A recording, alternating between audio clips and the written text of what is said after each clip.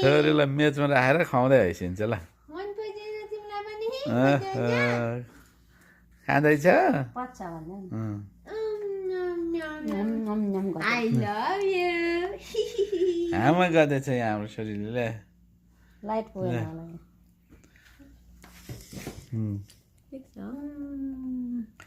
सानो हामा गरेको एभोकाडो केरा हामा गर्दैछ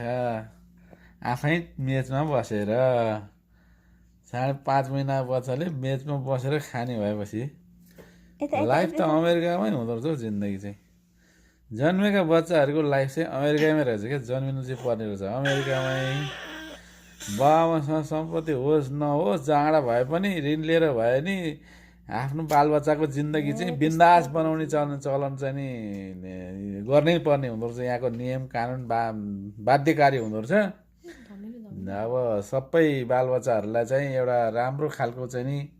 वातावरण दिएर बच्चा बाल्यकाल चाहिँ हुर्काउनु पर्ने यहाँको नियम कानुन पनि कडा नेपालको चाहिँ नि अब आफ्नै तालमा जे छ घरमा जे छैन आफ्नै भएको चाहिँ स्रोतलाई साधनलाई युज गर्छन् भने यहाँ चाहिँ यहाँको नियमअनुसार चाहिँ चल्नै पर्ने बाध्यकारी अवस्था छ अब हाम्रो नानी खाएर स्कुल जान्छन् एकछिनमा डे केयरमा ल बाई बाई सानो फेरि भेटौँला ओके हाँचे काले थोरले हाँसे मुखा पुज्यो हाँसे गुड गर्ल